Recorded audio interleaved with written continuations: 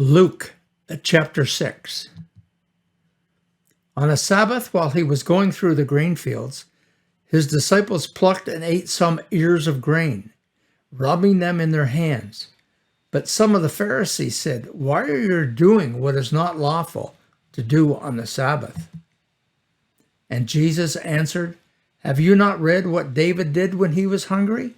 He and those who were with him, how he entered the house of God and took and ate the bread of presence, which is not lawful for any but the priest to eat, and also gave it to those with him.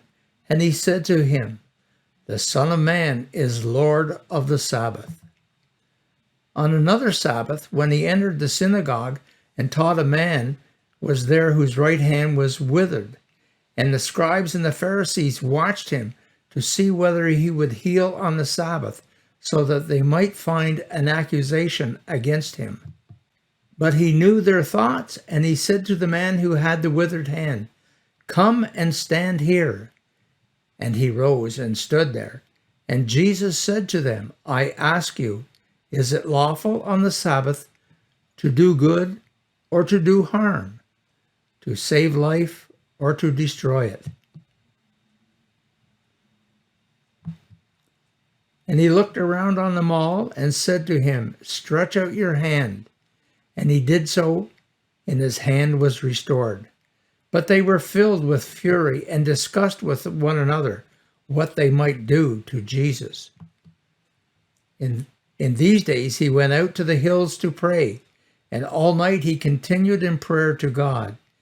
And when it was day, he called his disciples and chose from them 12, whom he named apostles: Simon, whom he named Peter, and Andrew, his brother, and James and John, and Philip and Bartholomew, and Matthew and Thomas, and James, the son of Alphaeus, and Simon, who was called the Zealot, and Judas, the son of James, and Judas Iscariot, who became a traitor.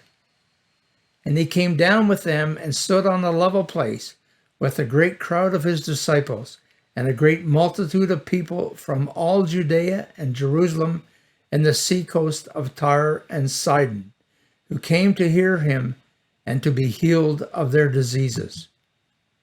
And those who were troubled with unclean spirit were cured, and all the crowd sought to touch him, for power came forth from him and healed them all. And he lifted up his eyes on his disciples and said, "Blessed are you poor, for yours is the kingdom of God. And blessed are you that hunger now, for you shall be satisfied. Blessed are you that weep now, for you shall laugh. Blessed are you when men hate you, and when they exclude you, and revile you, and cast out your name as evil, on account of the Son of Man. Rejoice in that day, and leap for joy. For behold, your reward is great in heaven, for so their fathers did to the prophets. But woe to you that are rich, for you have received your consolation. Woe to you that are full now, for you shall hunger. Woe to you that laugh now, for you shall mourn and weep. Woe to you when all men speak well of you, for their fathers did to the false prophets. But I say to you that hear, love your enemies, do good to those who hate you, bless those who curse you, pray for those who abuse you. To him who strikes you on the cheek, offer the other also, and from him who takes away your cloak, do not withhold your coat as well. Give to everyone who begs from you, and of him who takes away your goods, do not ask them again. And as you wish that men would do to you, do so to them. If you love those who love you, what credit is that to you? For even sinners love those who love them. And if you do good to those who do good to you, what credit is that to you? For even sinners do the same. And if you lend to those from whom you hope to receive, what credit is that to you? Even sinners lend to sinners to receive as much again. But love your enemies and do good and lend, expecting nothing in return. And your reward will be great, and you will be sons of the Most High. For he is kind to the ungrateful and the selfish. Be merciful, even as your Father is merciful. Judge not, and you will not be judged. Condemn not, and you will not be condemned. Forgive, and you will be forgiven. Give, and it will be given to you. Good measure, pressed down, shaken together, running over, will be put in your lap. For the measure of you give will be the measure you get back. He also told them a parable. Can a blind man lead a blind man? Will they not both fall into a pit? A disciple is not above his teacher, but everyone, when he is fully taught, will be like his teacher. Why do you see the speck that is in your brother's eye, but do not notice the log that is in your own eye? Or how can you say to your brother, Brother, let me take out the speck that is in your eye, when you yourself do not see the log that is in your own eye?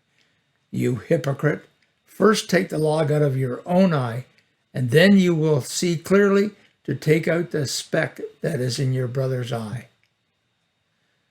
For no good tree bears bad fruit, nor again does a bad tree bear good fruit. For each tree is known by its own fruit. For figs are not gathered from thorns, nor are grapes picked from a bramble bush. The good man out of the good treasure of his heart produces good, and the evil man out of his evil treasure produces evil. For out of the abundance of the heart his mouth speaks. Why do you call me Lord, Lord, and not do what I tell you? Everyone who comes to me and hears my words and does them, I will show you what he is like. He is like a man building a house who dug deep and laid the foundation upon rock. And when a flood arose, the stream broke against that house and could not shake it, because it had been well built.